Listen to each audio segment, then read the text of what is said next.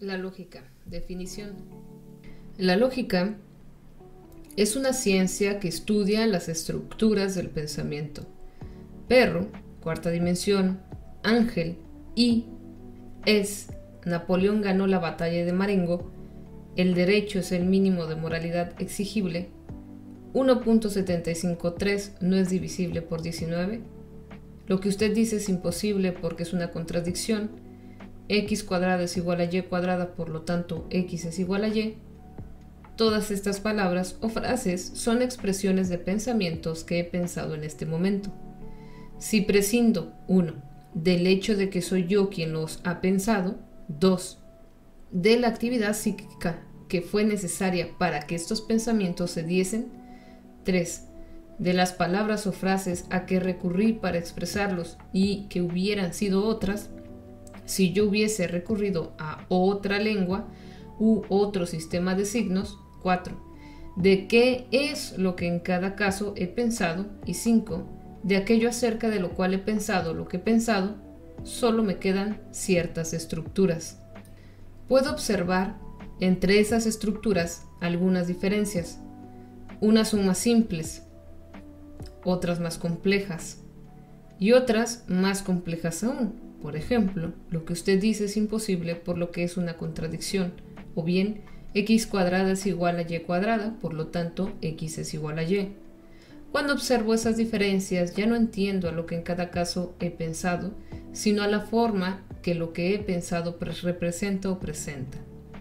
Perro, o bien 1.753 no es divisible por 19, o bien lo que usted dice es imposible porque es una contradicción, son ejemplos de las tres estructuras o formas a que aquellos pensamientos pueden reducirse.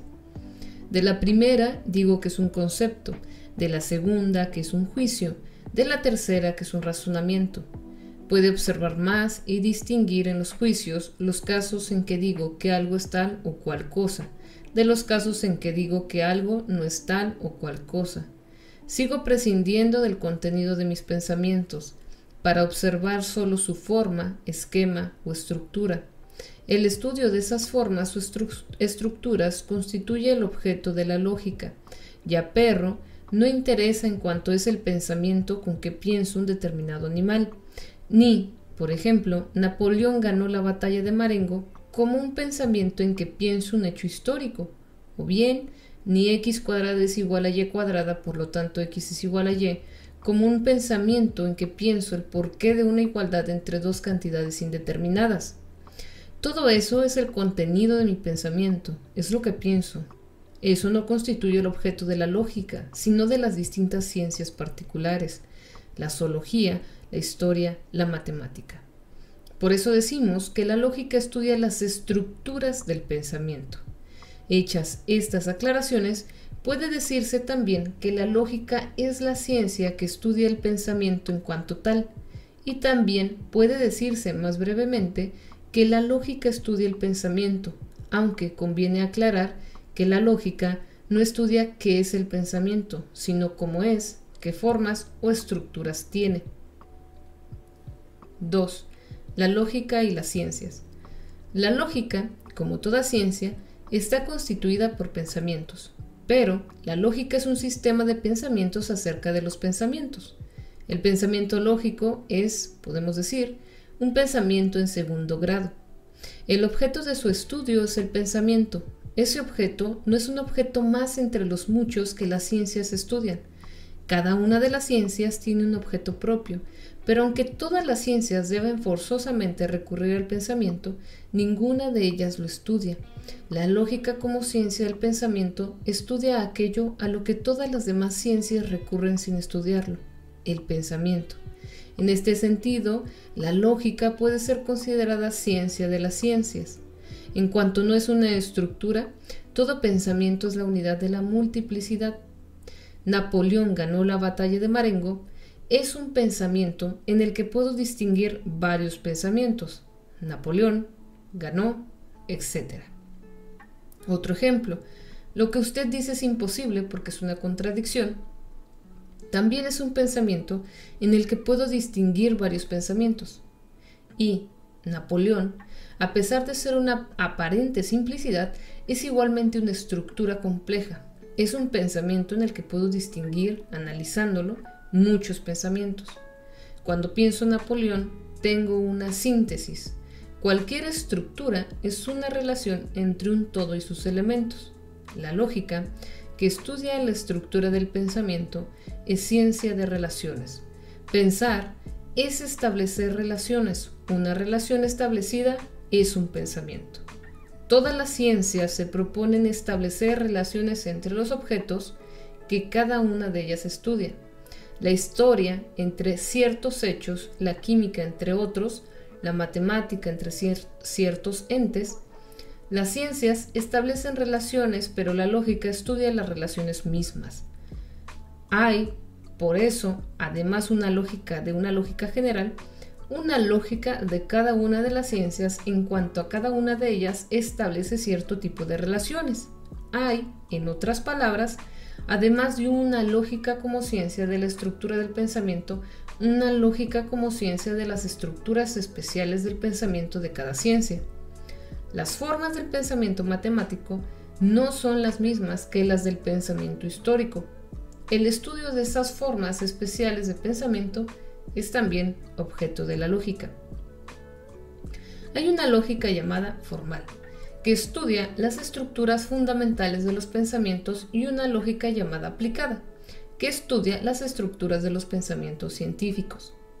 Galileo observaba que el arte de tocar el órgano no lo enseñan los fabricantes de ese instrumento, sino los organistas. Se puede conocer la manera de fabricar el instrumento y no saber servirse de él. De la misma manera, se aprende a razonar no en los tratados de lógica, sino en las ciencias que se sirven de la lógica. La lógica, se ha dicho, no enseña a razonar, así como la fisiología no enseña a digerir. La lógica es ciencia estrictamente teórica. Se limita a estudiar esas relaciones que llamamos pensamientos. Como las demás ciencias estudian relaciones particulares, puede creerse que todas las ciencias presuponen a la lógica, que es ciencia de las relaciones. El hombre de ciencia, por el simple hecho de valerse de pensamientos y de respetar las relaciones en que los pensamientos consisten, estaría recurriendo a la lógica. Pero es necesario hacer un distingo. La lógica es la ciencia que estudia los pensamientos. Las ciencias particulares no presuponen esa ciencia, de la misma manera que el digerir no presupone la ciencia fisiológica.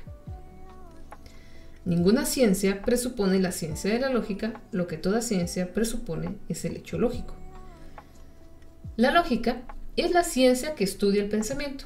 Ninguna ciencia presupone el estudio del pensamiento. Pero toda la ciencia descansa en la lógica y necesita de ella cuando quiere justificar la legitimidad de las relaciones que establece. Los matemáticos, los físicos, los biólogos, cuando discuten la validez de las relaciones que establecen en sus respectivas ciencias, se convierten en lógicos, es decir, hacen lo que no habían hecho: estudiar la estructura de su propio pensamiento. Solo en la actualidad, y después de haberse hallado ante problemas insolubles o ante soluciones contradictorias o paradojales, se han resuelto los hombres de ciencia a aclarar previamente el hecho lógico implicado en sus investigaciones, y al querer aclarar el hecho lógico, se han convertido en lógicos. Como quien ante un defecto de un instrumento musical se resuelve a estudiar su estructura, o ante una perturbación digestiva se resuelve a estudiar el funcionamiento del aparato digestivo. El hombre de ciencia puede decidirse a estudiar la estructura de esos instrumentos que él utiliza, llamados conceptos, juicios, razonamientos. Así, se explica además que debido precisamente al desenvolvimiento adquirido por las ciencias en el siglo pasado y en el actual, y aquellos problemas, contradicciones o paradojas, hayan sido los hombres de ciencia quienes más bien han contribuido en estos tiempos al progreso de la lógica, que a su vez contribuyó en aún mayor progreso científico especialmente los matemáticos, porque ninguna ciencia se había venido creando o había venido descubriendo tantos y tan desconcertantes problemas como la matemática. Por eso, los grandes nombres en este último periodo de la historia de la lógica son en su mayoría nombres de matemáticas y hasta de físicos. Pero también es preciso reconocerlo. Esos matemáticos o físicos no procedieron ya como matemáticos ni como físicos, sino como lógicos. Se dedicaron a estudiar la estructura del pensamiento. Ni la matemática ni la física tienen por objeto de estudio la estructura del pensamiento. Eso lo estudia la lógica. 3. Lógica y psicología. Partiendo del hecho de que el pensamiento se da siempre en la psiquis y no fuera de ella, se ha sostenido que la lógica es una disciplina particular de la psicología, aunque no se confunda con ella. La posición que sostiene esta dependencia de la lógica con respecto a la psicología se llama psicologismo. Para el psicologismo, la lógica es una parte de la psicología de la inteligencia. No hay pensamientos no pensados por nadie. Siempre es alguien el que los piensa, y los piensa de acuerdo con las leyes del espíritu humano, dice el psicologismo. Si las leyes lógicas se imponen a todos los hombres, eso no prueba que sean leyes universales y eternas, válidas para cualquier espíritu. Prueba, simplemente, que hay un espíritu humano que piensa según esas leyes que son llamadas leyes lógicas. Las naturalezas del espíritu tuviese otra naturaleza. Nada sabemos ni podemos saber sobre las leyes del espíritu de un ángel o de Dios. En cierto sentido, puede considerarse a Descartes como un precursor del psicologismo contemporáneo. Descartes escribió, cita, «No me atrevo a decir que Dios no puede hacer una montaña sin valle, o que 1 más 2 no sean 3, sino que me ha dado un alma hecha de manera que no puedo concebir o concebirlo de otra manera». Fin de cita. Leibniz replicaba, cita, «Eso no me satisface, lo que implica contradicción es imposible». Fin de cita. Es decir, absolutamente imposible para toda inteligencia. Contra el psicologismo se invocan las siguientes razones. 1. La psicología carece de rigor. No puede, pues, constituir la base de una disciplina rigurosa como es la lógica. La vaguedad de la psicología, que hasta carece de leyes, solo podría servir de base a otra ciencia igualmente vaga. Las leyes lógicas, que no son vagas, no pueden, pues, basarse en la psicología. 2. La psicología es una ciencia natural. Observa los hechos y saca conclusiones. Sus verdades son verdades a posteriori, es decir, demostradas después de observar los hechos. Estos son los argumentos invocados por el filósofo Husserl en sus investigaciones lógicas escritas a comienzos de este siglo. Las verdades de la lógica no se demuestran, son a priori, válidas sin demostración. No se demuestra que A no es A. Eso es falso. Al contrario, para demostrar que cualquier afirmación es falsa, me basta mostrar que se reduce a la forma A no es A. Para el logicismo, que con esos argumentos se opone al psicologismo, las leyes de la lógica son de validez absoluta. Solo se puede pensar de una manera obedeciendo a las leyes lógicas. Leibniz decía que las verdades de razón, las verdades lógicas, son universales en el sentido de que son válidas hasta para el mismo Dios. Toda inteligencia posible, habitantes de otros planetas, ángeles, tienen que pensar de acuerdo con las leyes lógicas. Esas leyes no son propias de nuestro pensamiento humano, sino de todo pensamiento. Son verdades eternas y constituyen el punto fijo e inmutable en torno al cual gira todo. Ni Dios puede hacer un círculo cuadrado, porque eso es un absurdo, y Dios no puede hacer absurdos. Las leyes lógicas son forzosas, las leyes psicológicas, como las leyes naturales en general, no lo son. Es forzoso que si A es igual a B y B es igual a C, C sea igual a A. No es forzoso que para que una sensación crezca en progresión aritmética, el excitante deba carecer o crecer en progresión geométrica, como dice la ley de Weber. Nuestra psiquis hubiera podido estar constituida de manera que la ley no fuese esa, sino otra. Por ejemplo, que la sensación creciese en la misma progresión que el excitante. La disputa entre el psicologismo y el logicismo, que aún continúa, puede resolverse en estos términos. No podemos pensar cómo sería otro pensamiento, porque para pensar cómo sería otro pensamiento tendríamos que pensar sin obedecer a las leyes del nuestro. Y si no obedecemos a las leyes de nuestro pensamiento, ya no podemos decir siquiera que pensamos. Si imaginamos, por ejemplo, una inteligencia para la cual hubiese círculos cuadrados, no podemos pensar cómo sería su geometría, pues no podríamos hacer demostraciones, ya que demostraríamos cualquier cosa, así como una vez admitido que 4 es igual a 5. Demostramos que cualquier número es igual a cualquier otro y por lo tanto no demostramos nada. 4. Lógica y sociología. ¿Hay una única lógica posible? ¿No hallamos en el hombre mismo diferentes lógicas? ¿Ha pensado siempre el hombre de acuerdo con las mismas leyes lógicas? ¿Un mismo hombre no piensa en diferentes situaciones de su vida con lógicas diferentes? Los sociólogos han intentado demostrar que las supuestas leyes eternas de la lógica son simplemente un resultado de la coacción que el grupo social ejerce sobre el individuo. En los pueblos llamados primitivos puede observarse todavía la existencia de una mentalidad prelógica. Para nosotros, la distancia que hay de A a B es la misma que hay de B a A, ya sea que se le recorra en un sentido o en otro. Se trata de una sola distancia.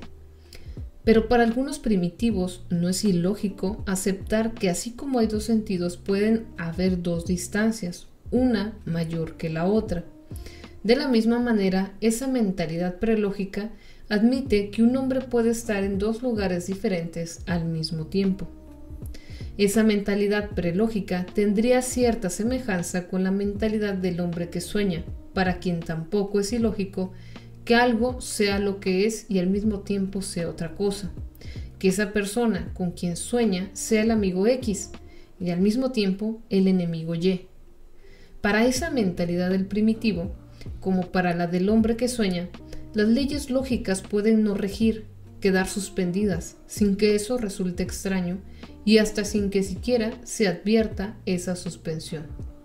Para esas mentalidades todo es posible. Que 2 más 2 sea igual a 5 sin dejar de ser igual a 4, que un hecho se produzca sin causa que lo determine, ¿no será el pensamiento del hombre que sueña un resabio del pensamiento ilógico de sus antepasados primitivos?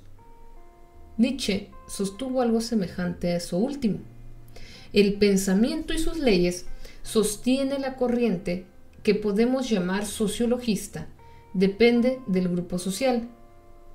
Este es el que impone al pensamiento las normas a que debe sujetarse, y esas normas no son sino las que han demostrado a través del tiempo ser eficaces.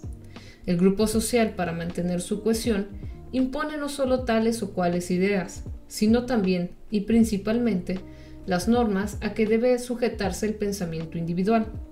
Las leyes lógicas no serían entonces leyes de un pensamiento universal, sino leyes que el grupo va forjando.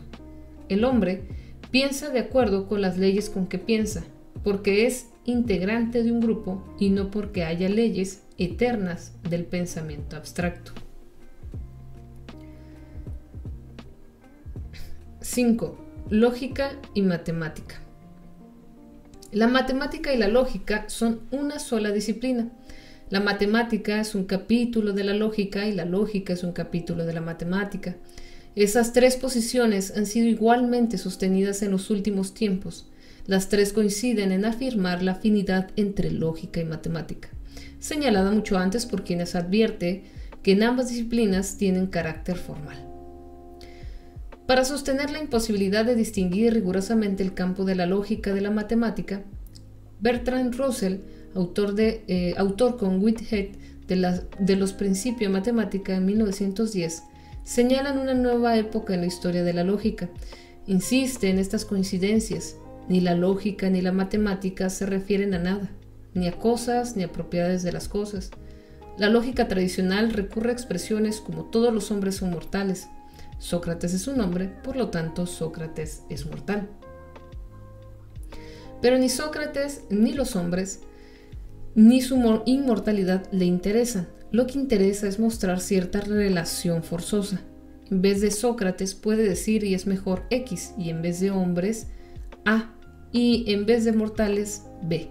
Y así en todos los demás casos puede recurrir a un lenguaje matemático en vez de recurrir al lenguaje cotidiano, dada la existencia de los universales fuera de la realidad empírica, universales que poseen su propia existencia con independencia de las cosas y el espíritu que percibimos indirectamente. La lógica, hemos dicho, es la ciencia que estudia estas relaciones llamadas pensamientos, pero la matemática ha sido definida como la ciencia que estudia las relaciones abstractas formales.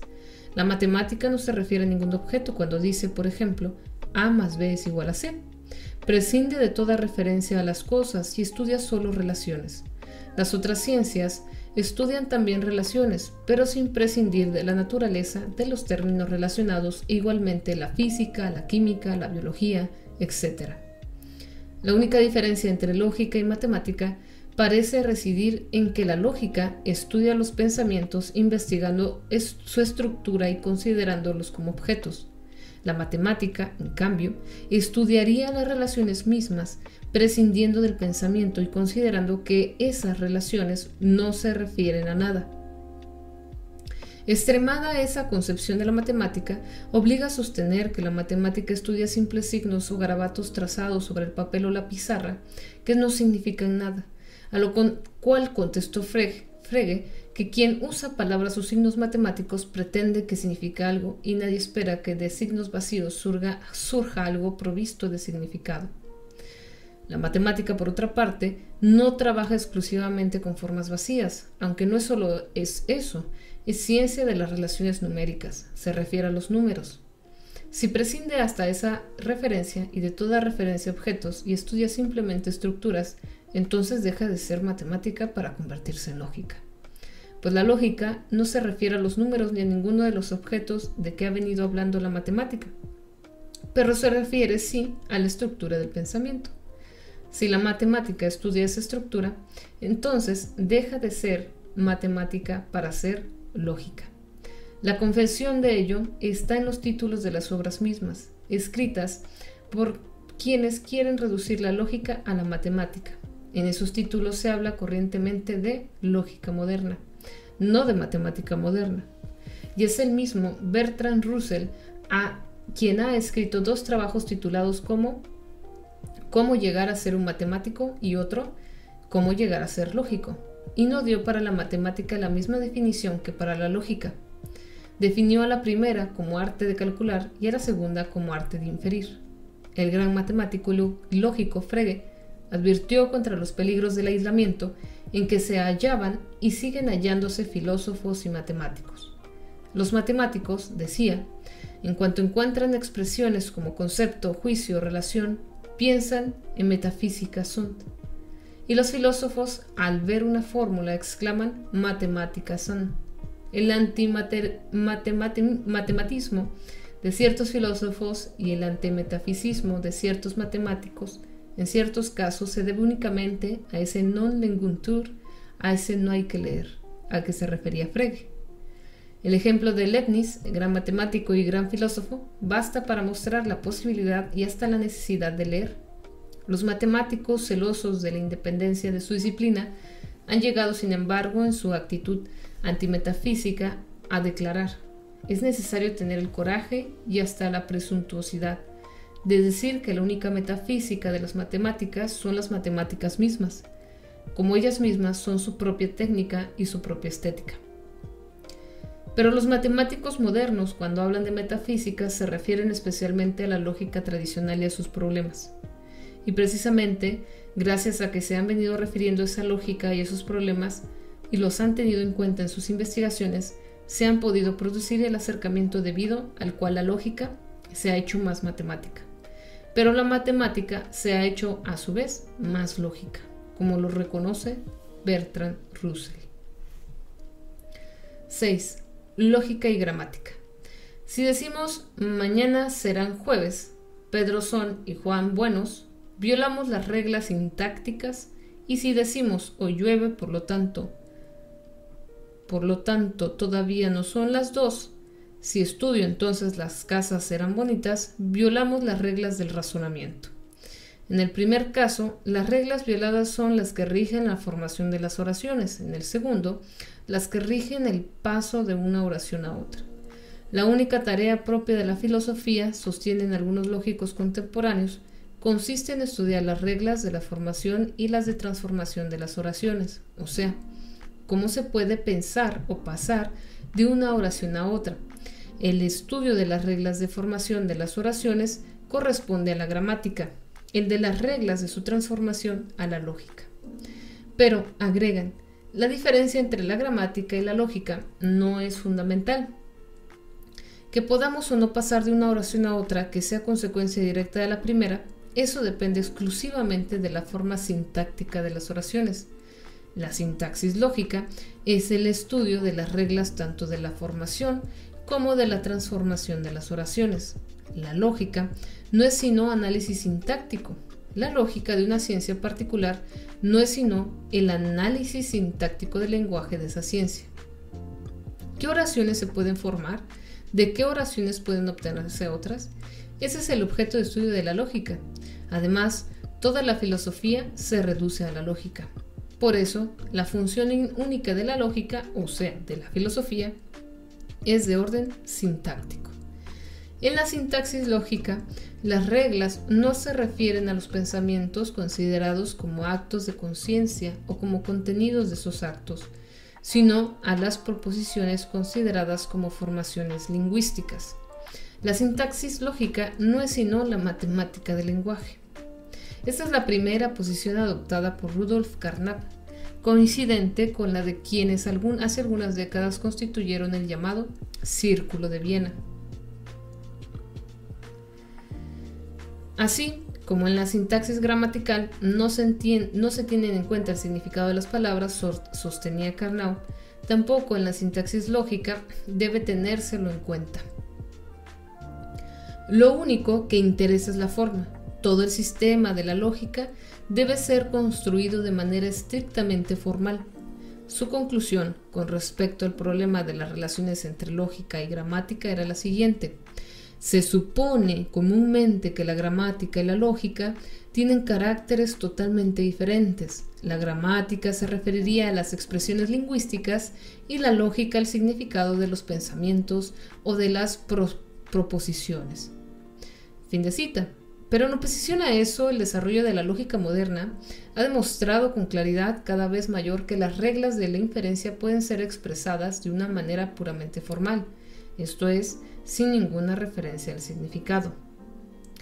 Los representantes ortodoxos del Círculo de Viena insistieron en esa posición, que querían excluir de la lógica toda intervención del significado de las palabras o de las oraciones, pero el mismo Carnap terminó por aceptar, siguiendo a estos lógicos contemporáneos de la escuela de Varsovia, que se podía, en la construcción de un sistema lógico, prescindir totalmente de ese significado.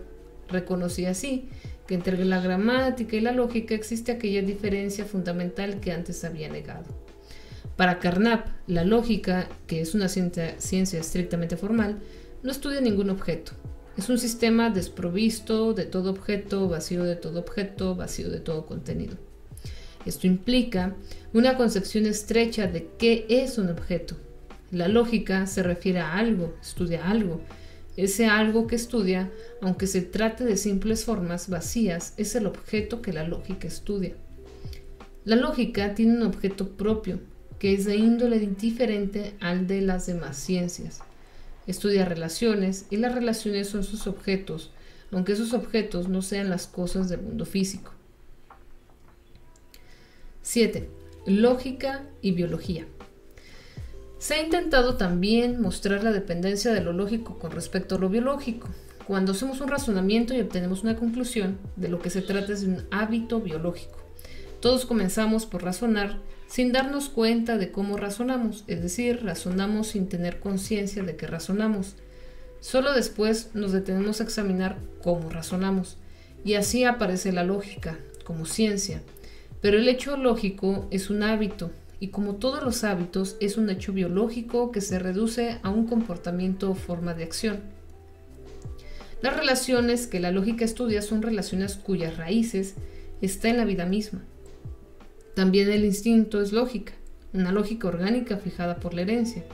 Además, mientras dormimos podemos resolver complicados problemas, hasta de matemáticas, como lo prueban casos famosos.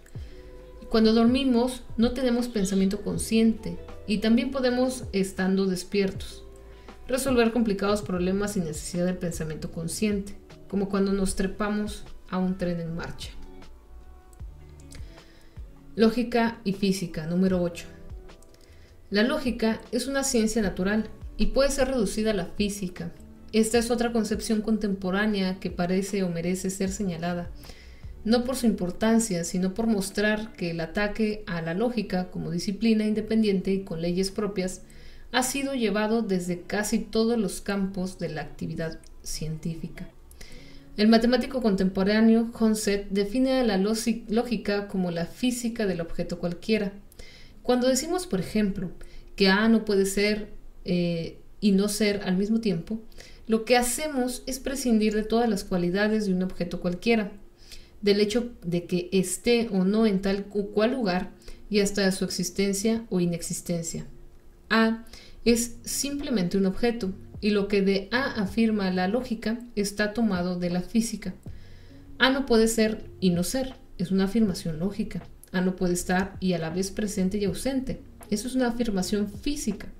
La primera es una fórmula simplificada de la segunda, y la obtenemos sin salir del campo físico. Cuando la lógica nos dice qué puede ser y qué no puede ser, se refiere a objetos y es por lo tanto, concluye Gonset, nada más que un capítulo de la física, uno de los primeros, si no el primero, el que trata de los objetos de cualquier naturaleza. La lógica es, por lo tanto, la ciencia física del objeto cualquiera. Verdad y falsedad, agrega Gonset, no son nociones que respondan a reglas absolutas, sino a su vez abstracciones o fórmulas simplificadas de hechos de experiencia. Son, como todas las leyes lógicas, leyes naturales y físicas. Es todo por hoy y bueno, gracias por escuchar.